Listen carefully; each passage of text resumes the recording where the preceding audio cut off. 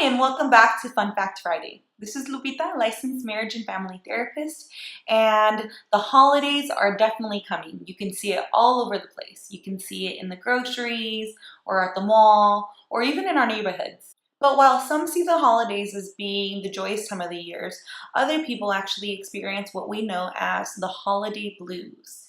According to the National Alliance of Mental Health, 64% of people with a mental illness will say that their condition has worsened over the holidays. Holiday blues are very different than your typical mental health illness because it is temporary.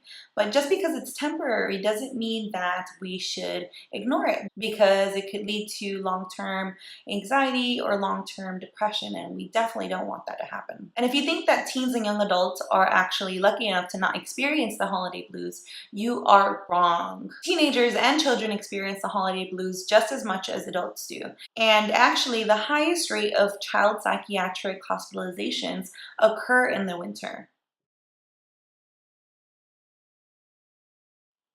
As the year comes to an end, there's a lot of different feelings that come with that because it is an end of a cyclical time. For instance, people can experience a lot of anxiousness during this time, maybe some sadness, or even some regret of doing things or not doing things over the holidays or over the year. During this time of year, we also tend to miss our family and friends that don't necessarily live with us or maybe no longer living.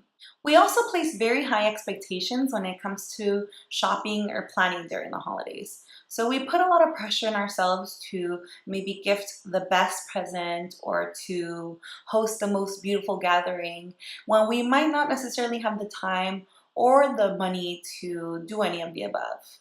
This is also a time when diet and lifestyle routines are completely interrupted because of holiday gatherings or the World Series, or other activities that tend to take priority when it comes to the holidays. During these times, we tend to indulge in very unhealthy food or alcoholic beverages, and these changes in our diet do not help at all. But thankfully, there have been a lot of studies that have found ways to either avoid or even minimize symptoms of the holiday blues.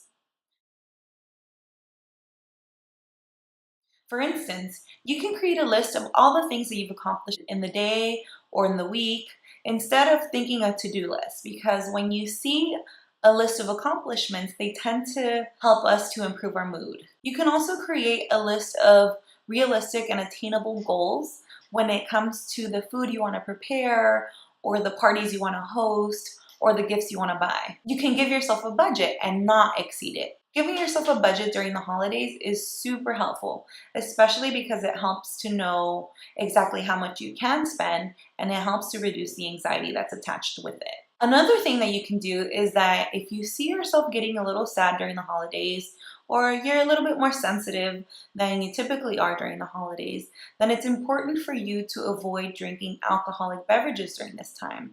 You definitely don't want to put a depressant in your body when you're already not feeling too great.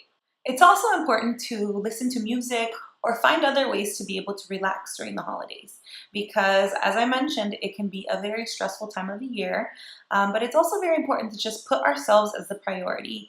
If you can try to prioritize living a healthy lifestyle where you might have a well-balanced diet, you exercise very often, and you even expose yourself to some sun, then these are all natural antidepressants. And the most important thing that you can do is getting enough sleep. If you can get anywhere from 7.5 to 8 hours of sleep daily, then this is definitely a benefit to improving mood. However, just because I'm saying this doesn't necessarily mean that everyone needs 7.5 to 8 hours. There's some people that can function with 6 hours, or some people that need up to 9 hours to function. So just listen to your body and make sure that you know how much sleep you typically need to be able to function the next day. And thanks for sticking around. Stay tuned to the next Fun Fact Friday. I'm sure you'll learn a thing or two. See you then.